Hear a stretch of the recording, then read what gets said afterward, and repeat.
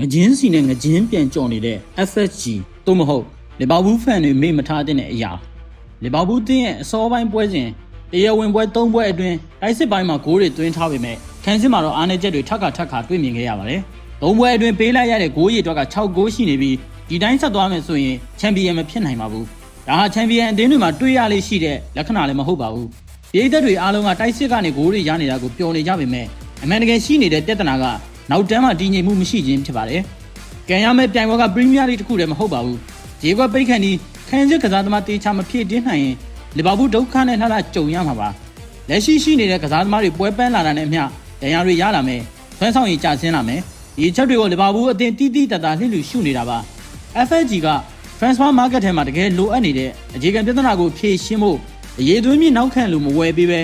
တစ်ဖက်ကကစားသမားတွေကိုရောင်းပြီးမှအစားထိုးပြန်ဝယ်တဲ့နီလန်းကိုပဲအမြဲတုံးချနေပါတယ်။ပြောချင်တာကရင်းနှီးမြုပ်နှံမှုလုံးဝမလုပ်ပဲငကြင်းစီနဲ့ငကြင်းပြန်ကြော်နေတာပါ။ဒီနေ့ကစားသမားလားစာတွေကလည်းတပြားသားမှမကုန်မဲ့ချန်ပီယံဖြစ်ခဲ့တာပါ။စုချင်းငွေရုပ်တံထုံးလွှင့်ခါတွေအကုန် FSG အိတ်ကတ်ထဲမှာပါ။ခုဈေးကွက် Club Record ဆိုင်ကင်းဖြစ်တဲ့ Vis အပါဝင်ဤဆက်ကိုပါခေါ်ယူပေးခဲ့မယ်ဆိုရင်တော့ကျေးဇူးတင်စရာလိုမယ်မထင်ပါဘူး။လီဗာပူးပြည်သက်အများစုမျက်လုံးမိတ်ပြီး FSG ရိုက်သွင်းနေတဲ့စိုက်ဘွားမှာကောင်းကောင်းကြီးပျော်မွေ့နေကြပါတယ်။အထူးသဖြင့်ကစားသမားအဝင်အထွက်ကျန်းတဲ့ဒီယာဒီမှာပေါ့။ပြည်သက်တွေအာရုံစိုက်မှုအားလုံးကဤဆက်အပြောင်းရွှေ့ရုပ်ရှင်ပေါ်မှာတွားမိနေကြတယ်။နျူကာဆယ်ကတိုက်စစ်မှုဤဆက်လီဗာပူးလာမလားမလာဘူးလားဒါပဲစိတ်ဝင်စားနေကြတာပါ။ Crystal Palace ကဂူဟီလိုကစားသမားကိုပေါင်9တန်း10တန်းလောက်နဲ့ဈေးကင်နေတာမဖြစ်သင့်ပါဘူး။အမှန်ဆိုဒီအပြောင်းရွှေ့ဟာအရန်ခန်းစစ်မှုကန်ဆက်ထွက်သွားတဲ့ကဖြစ်သင့်ခဲ့တာပါ။ချန်ပီယံဂုဏ်ပုတ်ကိုလီဗာပူးကာကွယ်ခြင်းနဲ့ဆိုရင်တိုက်စစ်ကောင်းတယ်ဆိုတဲ့အချက်တစ်ခုတည်းနဲ့မလုံလောက်ပါဘူး။တိုက်စစ်ကစားသမားအထွက်က3ယောက်ထိရှိထားပါတယ်။တီကီ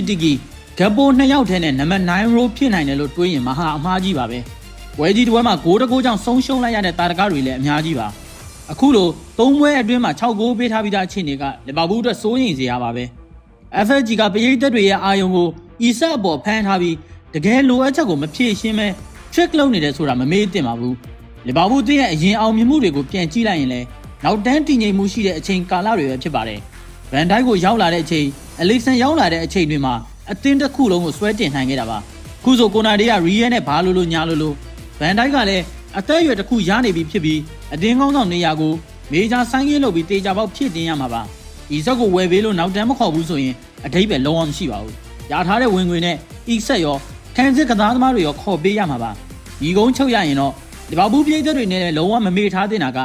FSG အနေနဲ့ငကြင်းစီနဲ့ငကြင်းပြန်ကြော်နေတယ်ဆိုတဲ့အကြောင်းပါပဲ။ဒီနှစ်ချန်ပီယံဖြစ်ချင်တယ်ဆိုရင်ဈေးကွက်ပိတ်ခန့်ဒီနောက်တန်းတည်ငြိမ်မှုကိုအရင်ဆုံးဖြည့်ရှင်းဖို့လိုပါတယ်။မဟုတ်ရင်တော့အိတ်ပေါက်နဲ့ဖားကောက်တယ်လို့အရာအားလုံးရေစုံမျောမှာဖြစ်ကြောင်းပြောကြားရင်းနဲ့ပဲ။